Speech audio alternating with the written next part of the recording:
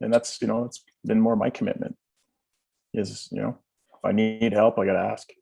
Yeah. I love how every time you go on now, because Zoom is being so conscientious. I mean, we're technically live right now, but it's being so conscientious that even though I'm the dude that sets up the live stream from Zoom, it still asks me if I want to keep doing this or if I want to leave the meeting. But I'm the dude that did the thing. But I clicked the button. Yeah, I made the button happen. Don's here with us. One of you can let him in shortly. I'm just going to do my usual setup here in Bomber Command Control.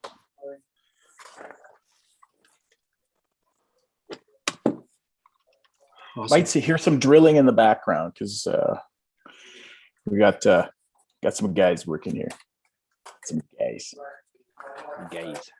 King Street, or who is it? I've got Darren from King Street here, putting in a water line for the fridge and fixing a leak that I didn't know I had. And he's at Paul's house after being at my house. Yeah, there we go. Love it. Okay, are we going to let people in or a couple seconds? Give it a couple of seconds. Okay. Right there. Good to go. Playlist. And, hey, if you guys are actually tuning in live right now on YouTube, this is the boring portion. We're getting everything set up. Our guests are going to pop in shortly. We've got a usual round table of what is going on. And, of course, I'll be sandbagging my studio audience on the week that was for business and throwing them a couple of curveballs too, because that entertains me. So bear with us just as we get set up and ready to go. All the good stuff is there. We are live on YouTube. Matt, let's bring him in and we will get started. We really need intro music. I got a intro music done. We need to do a whole trademarked intro for MCC and then another one for Syndicate. I think it's well worth the investment. Mm-hmm. Absolutely. Ashley, Dawn popping into the room. And now that we're officially live and some of the studio audience is here to participate as always every single week, this is the MCC Virtual Business Box Lunch. I'm your host, Mitch Cammage, the Savage in Business. On my screen to the left and right, I got Matt Houston and Paul Falkowski, my brothers from other mothers, and riding along with us this week. And they're showing up an awful lot lately. Don Verboom, a master of sales, and Ashley McCarney, one of the beasts in HR that we've got in our marketplace. So it's always a pleasure to be sharing this time in this space with you guys. Thank you so much. And for those that are joining us in YouTube, go ahead and drop comments. I'm going to be doing some stuff on the back end here in a moment. I'll give a little bit of a shout out, chance for everybody to just talk, do what they got to do here, and we're going to dive right in. Again, you know what the format is. If you don't, I'll make it really simple. We talk about the week that was in business. Sometimes they pull in things that are international related to business. Sometimes they're pulling things that are nationally relative, local, regional, etc. Some of it can touch on politics. We don't want to talk about politics here. We want to talk about business. But politics and business don't just go hand in hand. They affect each other. They run parallel in our lives. So it can have an impact and effect. And of course, even though we don't want to have direct dialogue on things like COVID, etc., it does have an impact on what's going on inside a business. So these things come in touch. And that's more importantly, what we're experiencing. But we hope as experts, we're providing something to you to be valuable for you and your business. And as I said before, as we were starting, and of course, Ashley and Dawn are on with us right now, I love to throw the odd curveball just to see what happens and how people that are on our panel decide to respond, react, and of course, provide feedback for you and your entertainment. So we're here, Virtual Business Box Lunch, August 6th. Dawn, Ashley, Matt, Paul, and myself are in the house. Dawn, why don't you introduce yourself to everybody really quick? Then we'll go with Ashley, then we'll go to Paul, we'll go to Matt, and then we will get started. Don Verboom, 4Tree Coaching. I help businesses solve their sales problems, their people problems, and money problems. So if you need some help, give Don a call. I love that, Don. Hey, everybody, I'm Ashley. I own and operate Involve Consulting. We are a human resource consulting firm that takes away all your people problems if you're a business owner and you're busy doing everything else, keeping the P&L alive. So that's what we're here to help with. Business medics. That's what we are. Solid. Paulie? Yeah, I'm Paul Falkowski. I work with these two guys here. They're that way on my screen with MCC Coaching. I am a business coach and have a background in banking and real estate investing. So combined with all three of us, we're like superpowers. We're like superheroes in this room, right? All five of us. Matt Hewson, I am also a coach. I am your broker of certainty. I want to help small, medium-sized business owners rest when they should be, which means that they're not thinking about work late at night. So whatever your pain point may be, making money, saving money, people capital, if you look at the people in the room, like this is my roundtable. And I love that we get to do this once a week. Thanks, Mitch. You got her. Well, we're here the week that was. Let's start regionally. And of course, I'm going to toss the big grenade out in the middle of the room right now. Politically, our provincial government, we're all centered in Alberta right now, has told us that we can just pull the pin and do whatever we want willy-nilly at will out in the marketplace. No masks, doesn't matter what's going on. You get sick. So set aside the COVID portion and the political portion. What does this actually mean for business? What does it mean for business right now? They're trying to tell us that we can do whatever we want. Does that mean we can literally do whatever we want? Or in the case of the panel we got here right now, what does it mean for how businesses are going to grow, how businesses may sustain? You know, we've just watched what we've gone through the last 16 months. Is there risk inherent? Is it too little too late? I'm opening the floor to whatever take you want on what I just phrased. I'm not going to provide more specificity because I want to see what you're thinking about that environment. Once again, not politically charged and certainly not about the worldwide pandemic we've got, but in relation to business. In Alberta, they're doing that. In other places in North America, other parts of the world, they're just kind of saying, do whatever you want. And in other places, we're already screeching in, again, masking, restrictions, etc. Do we think it's going to last? Do we think businesses are going to survive? Do we think it's going to do what it needs to do? What do we got? Who's jumping on this grenade first? I can go. Go ahead. I had a good example this week. I was just somebody I was doing a one-to-one conversation with, and they kind of perked up their interest about business coaching. And then we thought, hey, there might be something here. And so the next step was, why don't you come and see me? I was like, what? Like not just a Zoom call, but come to my office. Let me show you what we're doing and building here. And I was like, hey, what a novel idea. But it's just going to close that gap of trust so much quicker than, 3 or 4 Zooms to kind of get to know you. All of a sudden I'm right across from him from the, on his desk, and I'm seeing what his business is like and I'm feeling what's going on. And I think, he has the potential to be a client, or I can help him in some way so much faster. But, I still have a wider business scope. I love helping a lot of people around the world with Zoom, but locally, when possible, this is kind of a neat advantage. We don't have to feel guilty. It is okay to go and visit, one of your people.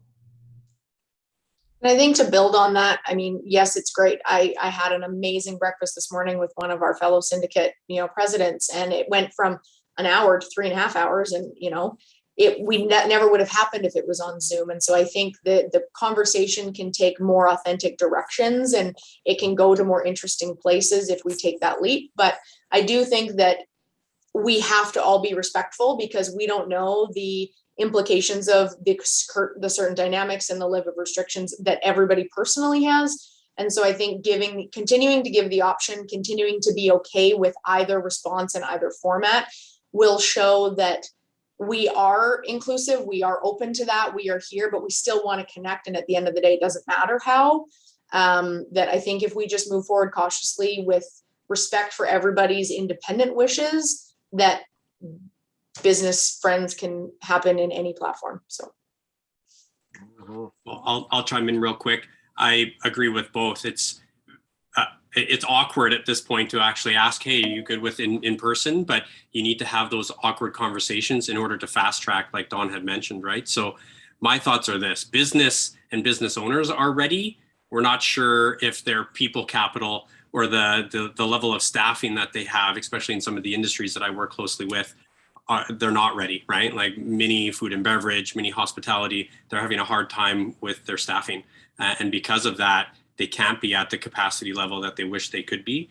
Even if there was the lineup around the door, are you able to facilitate what the expectation was and now is, right? And I think that we've all changed some of our expectations. Like when I walk into a restaurant now, I don't expect the same level, time-wise, same level of service, but I know that it will probably take a little bit longer, which is challenging for, the world that we live in, when I can order a milkshake to go and it's delivered to my front door, right? So my conversations that I'm having now is, how do we create the people capital, right? And it's a simple conversation. I'm like, hey, call Ashley and we'll see what we can do. Badass. Paul. Tactful opportunity.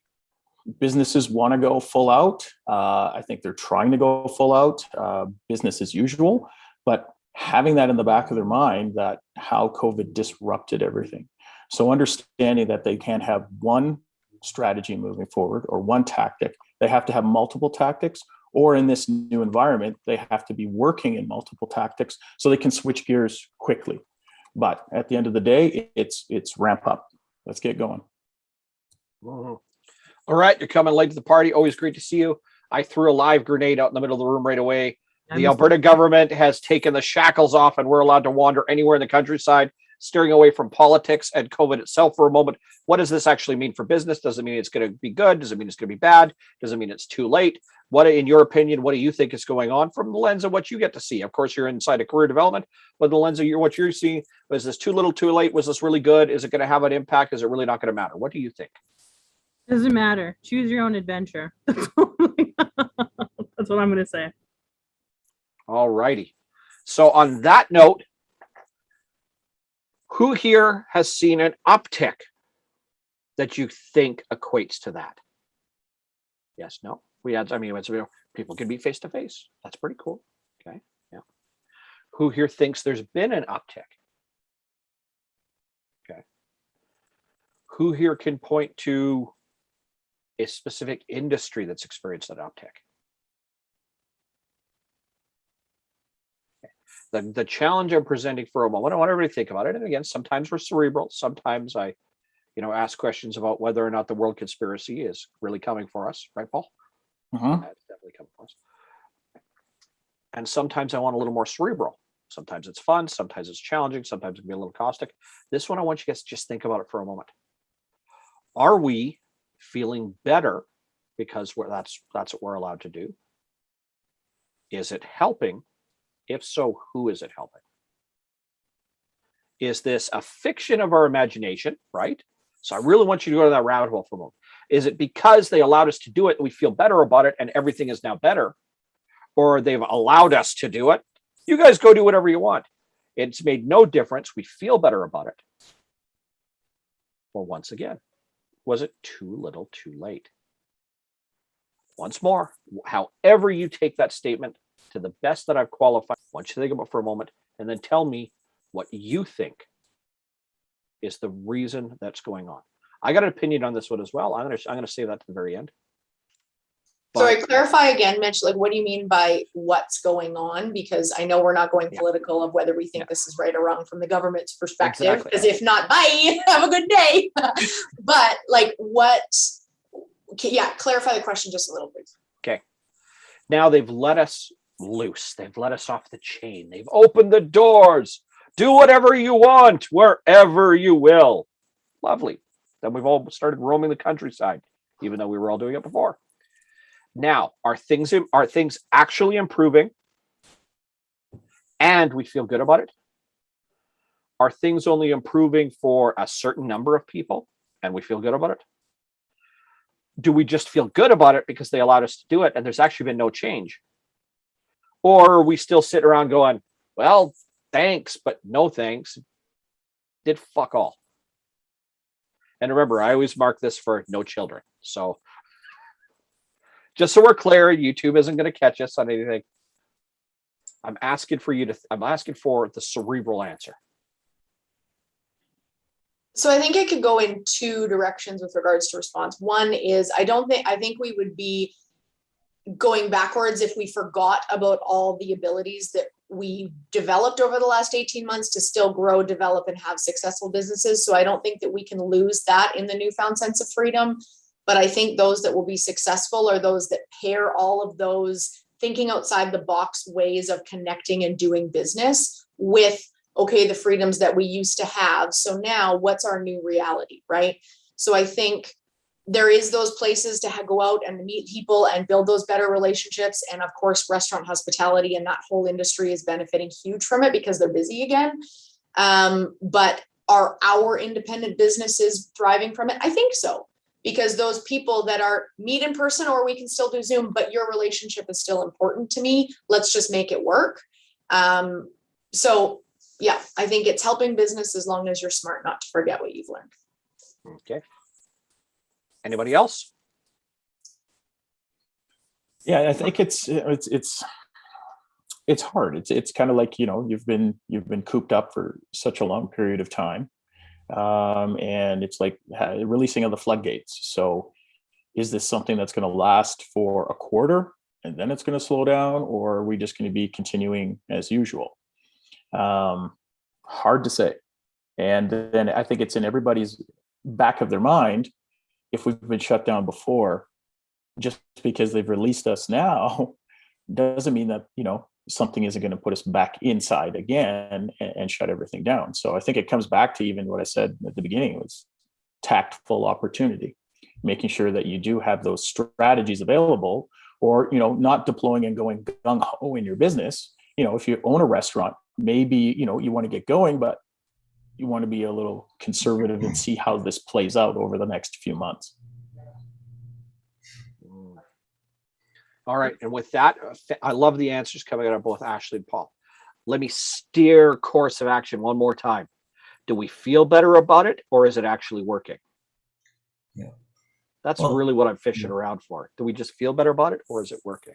Well, let's take the example of the Calgary Stampede, which everyone kind of poo-pooed that it was opening, and maybe the government was opening the gates just because of that. But 500,000 people went through the gates of the Stampede or so. And, that's 500,000 people that bought tickets, bought food, went to shows, did the things, that had an economic boost for that city. There's no doubt about it. I think back when I was like 15 years old, I was like the little sweeper guy at the grandstand. I used to sweep up this stuff. Hey, that was a summer job for me that made a few bucks, over 10 days. It was a great little thing. So imagine that by thousands of people who are affected by that. So it was a great kind of business boost for sure for Alberta. And this a little bit anecdotal. I was talking to a software company client I have in Calgary, and I was saying, well, what's the temperature? What's happening? She says, there seems to be a lot more interest in doing demos of our software now. They're coming around. They were on the fence for a year and a half, and now it's kind of loosening up. We're starting to book things, and the business is starting to look a lot better. So I think it's happening. Mm-hmm. Mm-hmm. And Mitch, to somewhat directly answer your question, I feel better about it because I'm able to, go out and I'm still asking the question, are you comfortable with? Yes. Okay, great. Are we shaking hands here? Are we elbow bumping? Are we just air high-fiving? Whatever it may be. So I feel better. Many of my clients, especially again in that food and beverage realm, feel better. That said, I think it just is going to continue to polarize where we are because, early on, July 2nd, I guess it was, July 1st, it was you were visually able to see where people's comfort level was. Either they were in a mask or they weren't.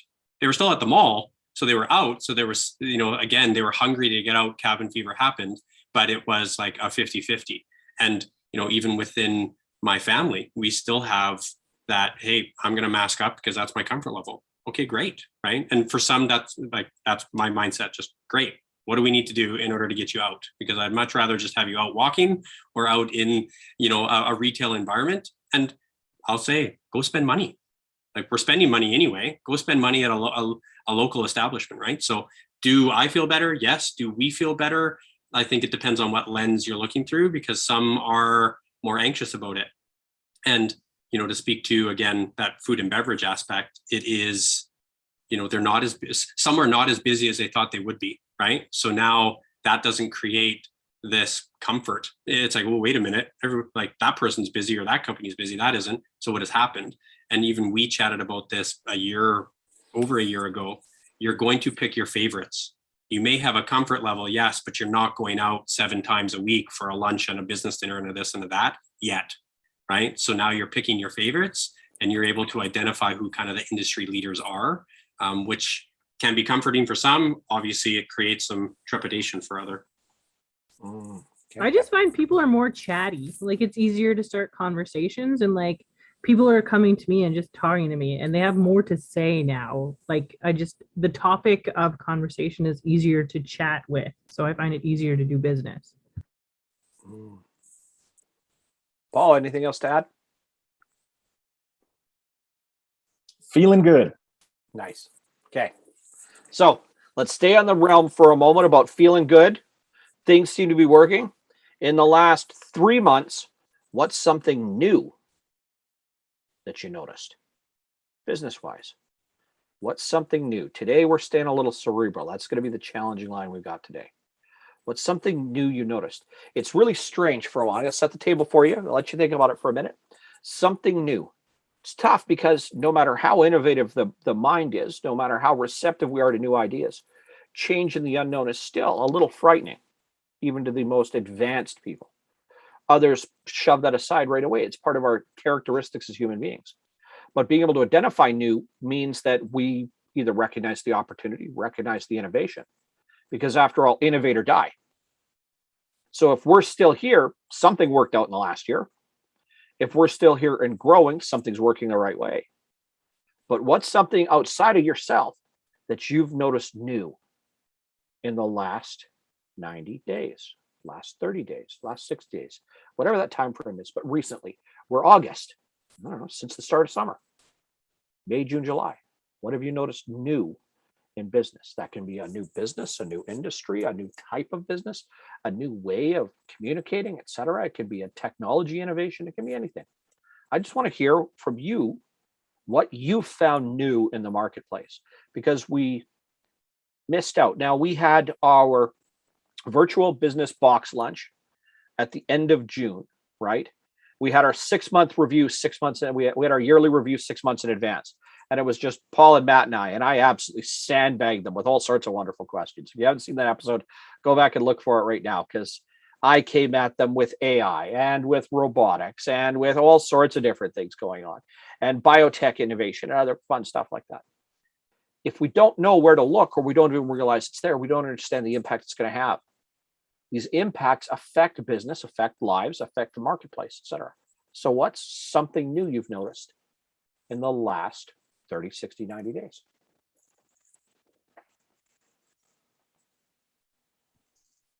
I think I've noticed two things. One is innovation, whether that's in a new product line or a new approach to something or a new way to offer something to customers, whether it's in a new payment plan or a new, arrangement to still do business given everybody's challenges that they've experienced. That's one. I think as I lose my train of thought. Yep, I'll come back with number 2 as soon as I remember it. I can jump in anyway. So Ashley, interrupt me, Lorette. Then it yeah, doesn't. I'm totally fine with interrupting. Don't worry.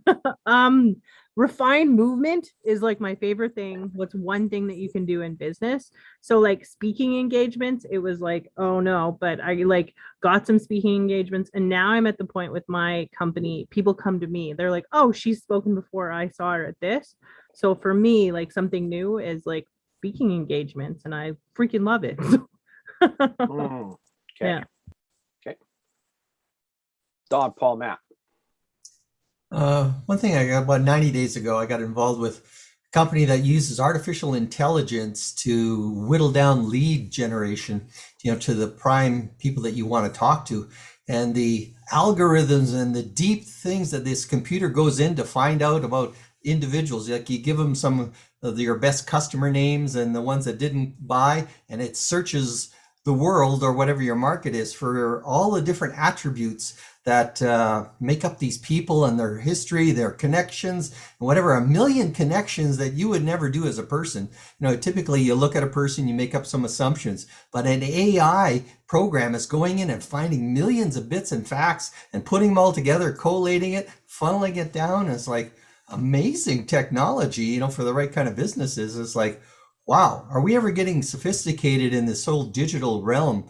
And I also see an onslaught of digital support services. Hey, I've got this digital program that helps this, and I got that digital thing that'll do that. And, you know, it's like all these support things being bolted onto our businesses. It's like a, you know, bees to honey. We're just like, they're just coming on it pretty hard and fast. Mm-hmm. Mm-hmm. Mm-hmm. The other thing I'll add to that is on the innovation piece, I've also seen a number of people, and maybe it's the space I'm in that I'm now seeing this, but the increasing support of professionals to help other professionals, whether it's banding together to help a business grow, whether it's spending free time helping to create a business plan to watch them grow, right? I think if anything, the last 18 months has opened our eyes to how many people need that support. If it's not just a hand up, not financial, but just let us share our knowledge. And so I'm seeing a lot of businesses tap into that and see growth because of that, which is lovely. And then specifically in my industry, on Dawn's point about technology, there's now a virtual reality to support interviewing, to understand the actual nature of the way people operate. And it brings out your authentic self and who you be in the job. So, you know, there's virtual reality to do that. There's a ton of AI support to do that. Somebody's created a resume-free application process where there is no resumes involved. So there's a lot of things in the HR world that are advancing the technology on recruitment and selection and engagement. And so that for me is a lot of fun. But from a general business perspective, I love the collaboration and innovation going on. Mm-hmm. Yeah, a lot more innovation, you know, hearing and seeing a lot more things, a lot different SaaSes being developed, right?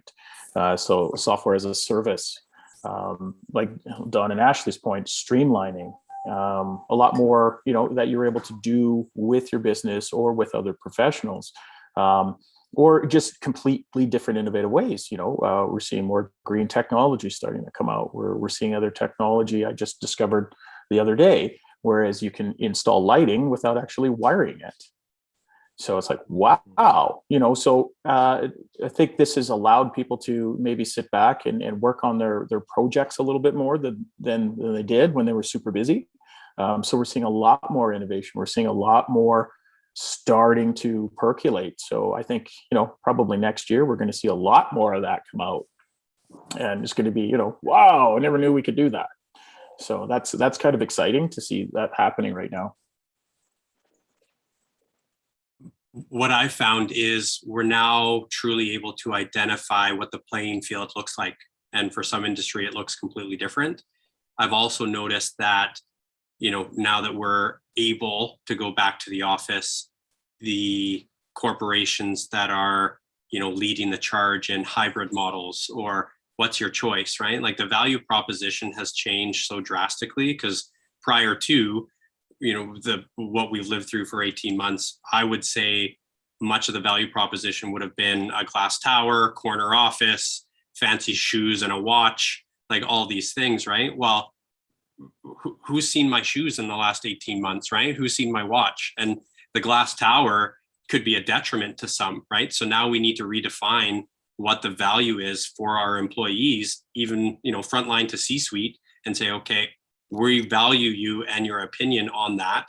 Let's work together in order to do that. And I've really seen those companies that are come to the forefront be very active in that, and challenge the old, you know, you have to be at work from 9 to 5 in order to be efficient. And that is something that I'm excited to kind of see and develop. So on that one, I'm going to offer a quick one. And then because you guys are warming up to this, I'm going to give you a really specific answer to start to work through. And this one, it's okay if there's a little bit of friction. And in fact, I hope there's a little bit of friction on this. It's not a controversial topic, but I think there's some differing opinions here, which will be nice to see. I had a good conversation with a trades client of mine very recently, where what he was talking about, the fact that he's small and still nimble, and he recognizes how many resources he's been able to put together over the last little while. And he's also recognized that where other companies are carrying, let's say, their actual physical facility, they've got bays and they've got trucks and they got other stuff. Well, he's got the trucks and the tools going on, but he's still operating out of his home. Through the pandemic, he's been operating like that, really small and lean. And, you know, this conversation we had, he goes, Mitch, I'm actually really grateful I'm not carrying like 10 grand off the top. It means that every stitch of what I do after I pay my people is just right there. So I always know how much I've got to work with. So you're starting to see some things catch up like that. Along that front for a moment, I'm going to pick a specific industry, food and beverage. There's a conversation that Matt and I had Matt, was that last night? Anyway, it really spawned this line of questioning today in there. I'm going to pick food and beverage as an example. We watched restaurants that did not make it. In fact, they closed early in the pandemic, 14 months ago, 15 months ago, and haven't reemerged at all, which means the stability they had was gone from the get-go. We've seen some food and beverage providers, whether big and little, close early, find ways to make adaptations, and then reemerge and relaunch. Almost every major food and beverage player, though, in our marketplace, our regional marketplace, has reemerged coming at the back end and gone back to almost identical service as before. And why I'm saying this conversation started with Matt is that we were discussing trouble points about what would be the sales pitch going into food and beverage companies. How would you make the approach to them? The average restaurant, if it's going to make its money on a Thursday, Friday, Saturday, Sunday, okay, 4 days a week is when you make your money, has to turn at least 60% of his tables 2.6 times to make its money. Then the rest of the week, it's gravy. So Monday, Tuesday, Wednesdays are quieter, but that's gravy time. You just want to cover yourself. But if you're going to make your profit, you're going to make it Thursday night, Friday night, Saturday, and Sunday. That's what you're going to make it. And I know that if I've got the dinner rush is going to start at 4:30 or 5 o'clock, and I'm going to get till 10 o'clock to do it. If I can turn 60% of my tables 2.6 times in those 5 hours, I'm going to make my money. Congratulations. Do what you want. We've taken away the masks. Everybody's getting vaccinated, even though in some places it's only as little as 20%. Blah, blah, blah, blah, blah, blah. Go back to doing what you're doing. And we saw major players, minor players, et cetera, start to adjust. And now that everybody's allowed back in, you see normal seating, normal restaurant service, except they're having trouble finding servers. They're having trouble staffing. Where they caught up before. And so I'm leading this down a path for a moment because I want your opinion whether or not they've made the right choice. Did they do enough, or did they do enough just to get through where they were? And now they're pretty much putting themselves back in jeopardy, right? Did they innovate enough, and did they stay with it? Food and beverage is a good target because we all love the app. We all love getting the food, milkshake, everything else delivered to our door. But I noticed something about that just the other day, ordering food for my family. It was actually quicker to get it delivered to my door than it was to order it for pickup. If I went to the restaurant, it was an extra 10 minutes of waiting time using the same app to order for pickup than it was to have another dude drive it to my house. How does that work? So have they done enough? Have they backslid? Or are they just asking for trouble again? What do we got? How do we fix it?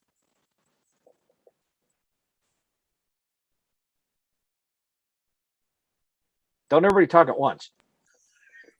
No, I think you touched on so many variables there, right? Because every industry is different, every restaurant is different, and their approach, right? And how much I know we don't like the word pivot here, but like pivot or innovated or, reinvented something to service the new ask from the public, whether it's convenience or delivery or, whatever, take home, cook yourself, date night meals, or online wine classes. Like so many things have happened to accommodate the new ask that I think those businesses that are falling back to the way they used to be, they're still going to make a little bit of money. They're still going to bump along for a certain amount of time. But the ones that really innovated are going to be the ones that shine and the ones that really see that growth. And I want to think that your example, Mitch, of like the app to pick up is longer than one of the delivery services. I hope that's a short-term blip and they go, oh crap, we realize this, we need to change, because we all want to pick up if we can. We all want to give the restaurant all of the money, but they have to innovate the vehicle to be able to do that. And that's the challenge, because if you're so busy getting back open, getting staff, keeping the lights on, working on the business and innovating something new is a lot of brain power that if they don't have it, there's a lot of people on this call that can help them. But they have to want it and they have to be engaged to need it and ask for it. So. I see falling back on the old habits. That's so easy to do. You're just going to, you had to pivot and change when it was really necessary. But now that you're back open again, it's, probably the same old kind of business you had before. If it was successful before, it probably continue to be successful. If you're a borderline, poor service, you're probably going to, show that up again, and maybe even worse because it's going to be hard to get good people. So, I haven't seen many restaurant examples yet, but it's just the traditional things when that tough environment comes off, people go back, revert to what they were doing before. They may not, what they may have had before was maybe quick delivery, take out a couple of the new products. But all those things kind of whittle down naturally. They don't necessarily need as much of that as they used to have. And they also were expensive, to use the DoorDashes of the world, it's 20, 25% on that bill, to the restaurant owner. So they might not all want to promote that. A lot of them might just go back to, well, we got our own delivery guy now, or please come and pick it up. There's 10% off, so. I'll say this, and I'm going to look in the camera very directly to anybody who is in food and beverage or hospitality on YouTube right now. Talk about the experience, because I think all of us have forgotten how fun it is to experience something. Like, we've been so task oriented because it's like, oh, I need food, let's eat, right? It's not about, hey, let's get dressed up, let's take the kids out, let's educate them about proper table manners in an environment, right? Like, have an experience. And that's not something that I've heard through social media, digital, radio, like whatever sort of marketing you're doing. And I think that's a big miss. Like, to me, again, I'm very much an experienced person. So I am willing to drive 45 minutes because I've heard about an amazing experience, right? Like, that to me is the biggest miss right now in creating, new branding opportunity. Like, I will always suggest, talk about what you do, whether or not it's COVID related or not. We are here, we are open, and we want to create this type of experience for you. Come in and allow us to show you. And I think that's been the biggest, thing that I've noticed, is that we aren't talking about that. Because of course it's easy. Like, I click an order for my groceries. I do that purposely so that I'm not buying 15 bags of chips down the chip aisle because it's, 10 for $5. But that experience is being missed for my kids and I to go and show them, buy real food versus this, right? So I need to be able to highlight that for my family and for business owners too. Well, and I'll piggyback, Matt, because there is a brand in Edmonton. We don't need to talk about names, but they do have a television commercial that speaks to exactly that. It's come back, join us again. Doesn't it feel good to collaborate with your friends? Doesn't this, and the vision, the feel, the music, the wording, I immediately want to go to that restaurant because I'm like, oh yeah, I remember what that was like. And so it's totally true, but then it's about what avenue are you going to make the most impressions with your target market? Is it TV? Is it radio? Is it social media? And how do you get that message out, right? So I encourage those owners, you don't have to come up with all that yourself. There's a ton of experts out there to help you do that. You just have to have the will and the want, because we are telling you that it works. So you're so right. As I've experienced it myself, and I actually went there. So, So there. I'm going to jump in now. So, like, number one, we as adults are pretending we're adults. We don't know what's going on at the end of the day. Like, being in business is high risk no matter what. Have we done enough? We can always do more. Like, asking for trouble, that's life. Like, come get me trouble. You know what I mean? I don't know. I'm just trying to be cocky, but like, Ashley's 100% right with innovation, but like the Simon Sinek and like the Apple, why are you in business, right? And then strategies for success. Have you thought about the strategies for success?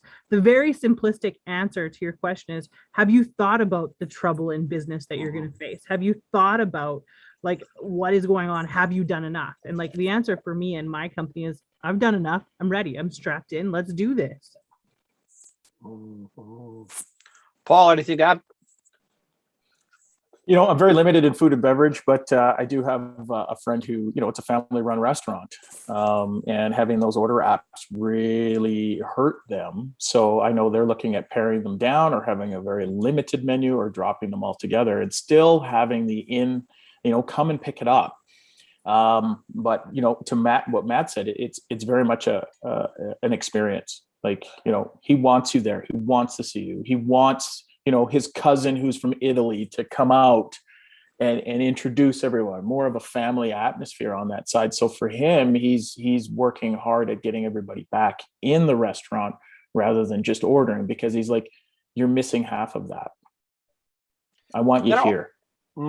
Absolutely. Absolutely. I'm going to offer, and again, I'll let everybody jump in a little bit, and then I've got our last topic for the day to dive into. And that one's about money. So I'm sure this will be great. That one's all about money, baby. But on this one, the most innovative I've seen in food and beverage in the last 12 months was taking an entire restaurant, and of course, closing down, rewriting what they were going to do, adjusting their menu, changing where they were providing both service and takeout. But their takeout, they changed and restricted to where it was call in, digital app. You get a text message when your order is ready. You text back, you pull into the parking lot. They ask you if you want it out to your car. They ask you if you want to come in and pick it up. They queue you like everybody else does, and then they let you come back in. Brilliant. Absolutely wonderful. And you can text at any time, and they had takeaway meals, and they went out of their way to add right down to the to-go containers, where they changed the to-go containers, and they're a steak joint, okay, high-end steak joint, changed the to-go containers so that they were recyclable. First of all, they came in tin foil and with a biodegradable lid. They came with the tiny little meat pack that sucks up all the juice off the bottom of the steak, so everything doesn't get soggy, etc. Packed everything just beautifully. A week ago, I sat in the restaurant. Every one of those changes is dead, gone. Every single one of them. They took 3 months at the beginning of the pandemic to get their shit wired, and yet they're all gone now. Now, I'm going to change that over to one different business that followed the same trajectory, did one tiny little thing different.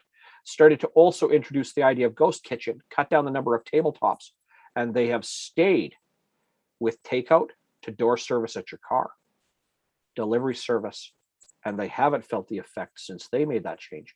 This other one's doing great. In fact, that restaurant was really full to the point where I was uncomfortable sitting in there. One of the first times I've been out for dinner in over a year. Uncomfortable with the sheer volume of people, yet every one of the innovations they made the last year. So if they've got to drag that back, they know, but are they ready?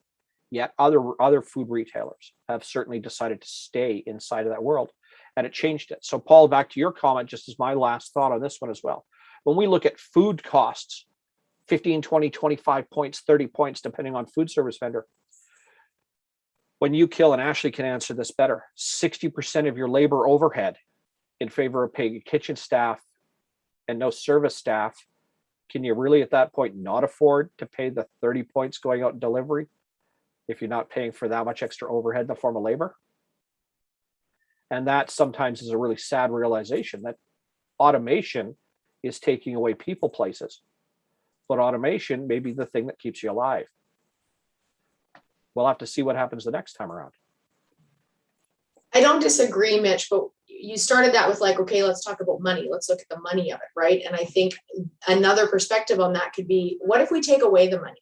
What if you've got a great business concept, you deliver great service, you know that it's going to work.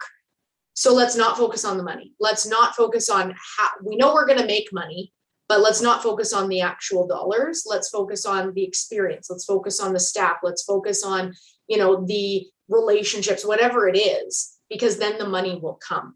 And I think very often, especially in an entrepreneur business, the money can be the overhanging cloud because it's how we pay our bills. It's how we make things work. It's how we sometimes mostly define success. But as you innovate and as you rethink things, I challenge business owners, and I've had to do this, is don't think about the end result of the bank account and watch it go up and down and up and down. Let's actually just take a step back and say, do we have the right people in the right seats and the right business plan to make this successful, and is it scalable? Yes, then just do it, as one of our colleagues says, right? Just do it, take a risk. If anything, you'll learn from it, but yeah. Final thoughts, and then we switch to money. Going once, going twice, sold, we're out. All right, loosen up the shoulders, right? Do some push-ups. Are we better off now, money-wise, in small business than we were 18 months ago? Are we better off now in small business, money-wise, than we were 18 months ago? If you stay, obviously, if you didn't survive, well, that's an answer to a question. But if you're still here, are you doing better than you were a year ago or 18 months ago? Is business overall doing better? Is our little neck of the woods doing better? And if so, once more, back to the emotion versus technical. Do we feel it's better, or do we know it's better? I'll say yes, we are, because what has happened is this: cream has rose to the top. Those who know how to run their business and know their industry, whether or not it was pre, post, or during, are here. And those who were kind of just coasting, whether or not it was they didn't understand their business, they really didn't care about, like, whatever it may be, they are now gone. So although I believe that competition is key to innovation, we've had so much innovation over the last 18 months anyway, that right now it's going to be about, again, quality of, whether or not it's experience, product, service, blah, blah, blah. So are we better off? Yes, long ball. I don't know if we're better off right now as a snapshot, just because we're still figuring it out. But I think overall here locally, we will be far better off. Okay. I just think the story is a long play. It's like not one day. It's like a lot of little moments along the way. Like I just read The Third Door by Alex Bannon, and it's one step at a time. It's the process that makes the journey so good. Like we all want the accolades and like but when he interviewed all of these successful entrepreneurs, they're like, but it's the journey. It's the today moment. It's the what did I do today to learn and grow moment. So that's my last thought. Okay. I'll maybe build on Matt's cream of the cream rises here, but it's estimated something like 200,000 small businesses will go out of business or have already gone out of business. So there's a whole group that financial stuff did not work for. So if we're wiping out 15-20% of our business world, that took them right off the table. There's lots that are surviving. I've come across so many businesses that are on the plus side of COVID, just where they are for being renovations or outdoor stuff or different events and things. They're doing well, but I think a lot of small businesses have a deficit they're going to have to build themselves out of. And but in the end, hopefully, it's the strong survive. And they're maybe a little more innovative or just harder working or better financed or just a little more frugal than they used to be. Or I think, make for strong businesses in the future.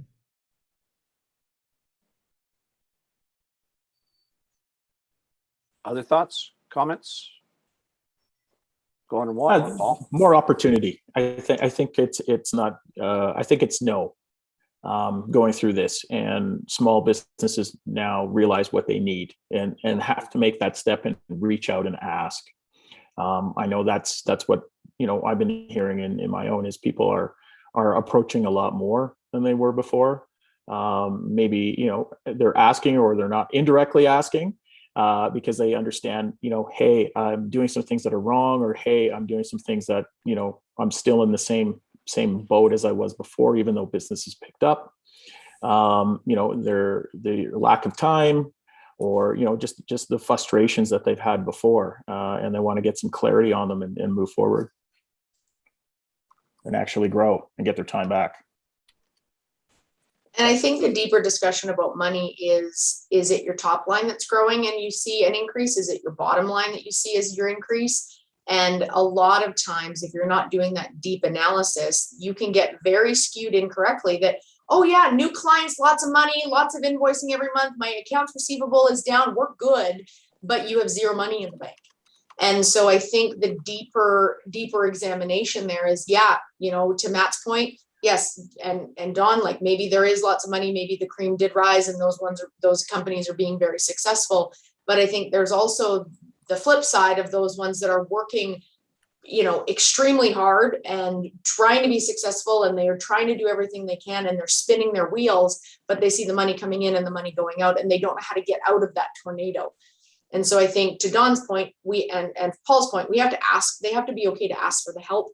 I think that's a pride thing. I think that's a stubbornness thing. I think that's sometimes I don't know where to ask, or I don't know what I don't know, but I know I'm in trouble. And so I think on the money piece, it's not just, do you have more dollars? It's, how are you being strategic with those dollars? And do you understand what those dollars mean? That is the more powerful piece than how much money you have in the bank.